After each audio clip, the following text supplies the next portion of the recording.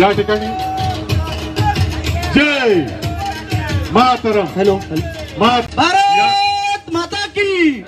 ब्राह्मण प्रतिपालक सह्याद्रीचा चांद राजा छत्रपती शिवाजी महाराज की. वंदे वंदे. या ठिकाणी नामदार अतुलजी साळे साहेब यांच्या वतीने अध्यक्षांचं स्वागत होतंय.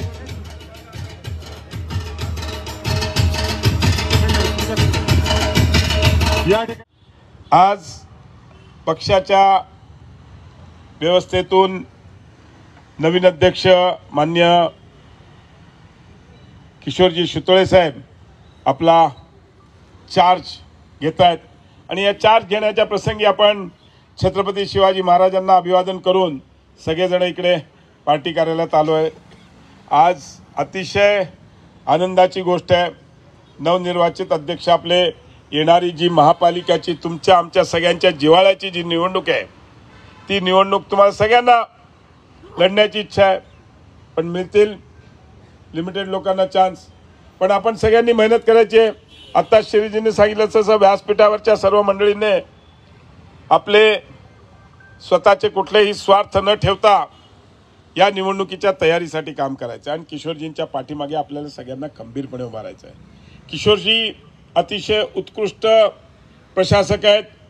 त्यांनी देवगिरी बँकसारखी बँक ही अतिशय चांगल्या पद्धतीने चालवली. आज एवढा मोठा प्रॉफिट एखाद्या बँकेच्या साईजच्या हिशोबाने खूप चांगला प्रॉफिट त्यांनी कमवून दिला. हे सगळं करत असताना त्यांचा अनुभव पक्षाची पण तेवढेच ते जोडलेले होते. प्रत्येक कार्यक्रमात त्यांची उपस्थिती. माझ्या निवडणुकीत जवळजवळ महाराजांबरोबर त्यांनी 250 बैठका घेतल्या. प्रत्येक मंदिरात एक बैठक घेतली आणि त्या पद्धतीने संघ परिवाराच्या माध्यमातून पाण्याच्या विषयावर आत्ता संजूभाऊने सांगितलं त्यांनी पाण्यावरती पण खूप काम केलेलं आहे आणि नक्कीच त्याचा उपयोग आपल्याला येणाऱ्या काळामध्ये होणार आहे. शिरीषजींनी पण 2 वर्ष आपल्या शहराचं नेतृत्व अतिशय खंबीरपणे केलं. या शहराच्या लोकसभेची निवडणूक असो विधानसभेची निवडणूक असो कार्यकर्त्यांना एकजुटीने काम करण्याला आणि त्या सगळ्या निवडणुकीत जे यश मिळालं त्यामध्ये शिरीष बोळाकरांच्या नेतृत्वातलं भारतीय जनता पार्टीचं जे आपलं टीम होती त्या टीमचा पूर्ण सहभाग आहे. त्याच पद्धतीने येणाऱ्या काळामध्ये पण आपल्याला किशोरजींच्या मागे कारण त्यांचा विद्यापीठाचा अनुभव आहे बँकेचा अनुभव आहे अशा अनेक त्यांना अनुभव आहेत. पण राजकारणात पण आपल्याला त्यांना सगळ्यांना त्यांच्या पाठीमागे खंबीरपणे उभं राहायचं आहे.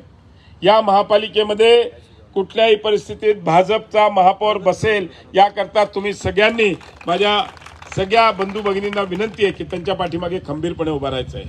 श्रीजीने सांगितलं की काही पर्सनल खरी गोष्ट आहे. वैयक्तिक कार्यकर्ते कोणाचे ॲडजस्ट करण्याकरता आपण संघटनात्मक हे करू नका किंवा पुढच्या येणाऱ्या महापालिकेच्या निवडणुकीमध्ये किरण पाटील साहेब आपले सचिव आलेले आहेत त्यांचंही स्वागत. या ठिकाणी किशोरजी अतिशय उत्कृष्ट असे ॲडमिनिस्ट्रेटर प्रशासक आहेत. त्याच्यामुळे ते पुढच्या काळामध्ये पक्ष आपला बांधणी करता पक्षाच्या सगळ्या ध्येय ध्येय करण्याकरता फक्त एकच जसं श्रीजीने सांगितले रोज आपल्याला कार्यक्रम आहे. एकही दिवस असा नसतो की ज्या दिवशी आपल्या मागे कार्यक्रम नाही. अनिल भैया वेळ काढत जातो मी कार्यक्रमासाठी.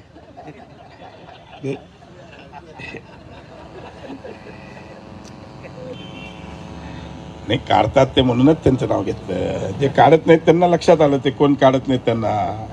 अनिल भैया फुल टाइम वेळ देते. जे काढत नाहीत ते काही गावाला पळतात काही कुठे जाते काही घरी कामं करतात. माझी आपल्या सगळ्यांना विनंती आहे पुढचा हा काळ आपल्या सगळ्यांसाठी अतिशय महत्त्वाचा आहे. निवडणुकीचं ऑलरेडी वारं सुरू झालेलं आहे. वॉर्डाच्या रचना सुरू झालेल्या आहेत.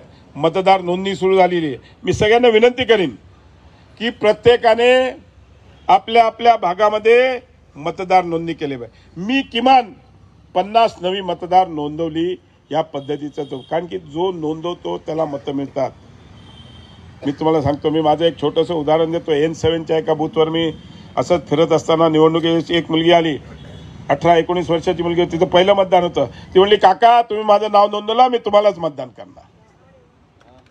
त्या ही वृत्ती असते. त्याच्यामुळे कारण की तिने का मला मतदान केलं तिला मी कोण माहीत नाही पण ती ऑफिसला आली होती तिचा फॉर्म भरून घेतला मी तर रामेश्वर. त्याच्यामुळे मतदार नोंदणी सगळ्यांनी करावी. किशोरजी पुढे आपल्याला मार्गदर्शन करतीलच. आम्ही पण तुमच्या पाठीमागे खंबीरपणे येणाऱ्या निवडणुकीत वारंवार आपल्या बैठका होत राहतील, कार्यक्रम होतील. माझी सगळ्यांना विनंती आहे की कार्यक्रमाचा मला निरोपच नाही आला, मी व्हॉट्सअपच नाही बघितलं, जरा त्या पद्धती कमी करायच्या. आपण मॅक्झिमम मेसेज द्यायचा सगळेजण प्रयत्न करतो, पण पक्षाचा कार्यक्रम आहे, संघटनेचा कार्यक्रम आहे, प्रत्येकाची उपस्थिती असली पाहिजे, त्यात सहभाग असलाच पाहिजे. आणि किशोरजीच्या पाठीमागे आम्ही सगळे व्यासपीठाची मंडळीच आहोत. तुम्ही पण त्यांच्या पाठीमागे खंबीरपणे उभं राहायला पाहिजे. आणि जसं श्रीजी सांगितलं, पद मिळो ना मिळो, आपण संघटनेचं काम करतो, अनेक वर्ष संघटनेचं काम करत आलेलं आहात. कधी आपल्याला संधी मिळाली, दुसऱ्याला मिळते, नवीन माणसाला मिळते, त्याला मिळते, ज्याला मिळाली त्याच्याबरोबर काम करायचं. आज अतिशय उत्कृष्ट शिरीष बोळाकर यांच्या टीमने 2 वर्ष काम केलं.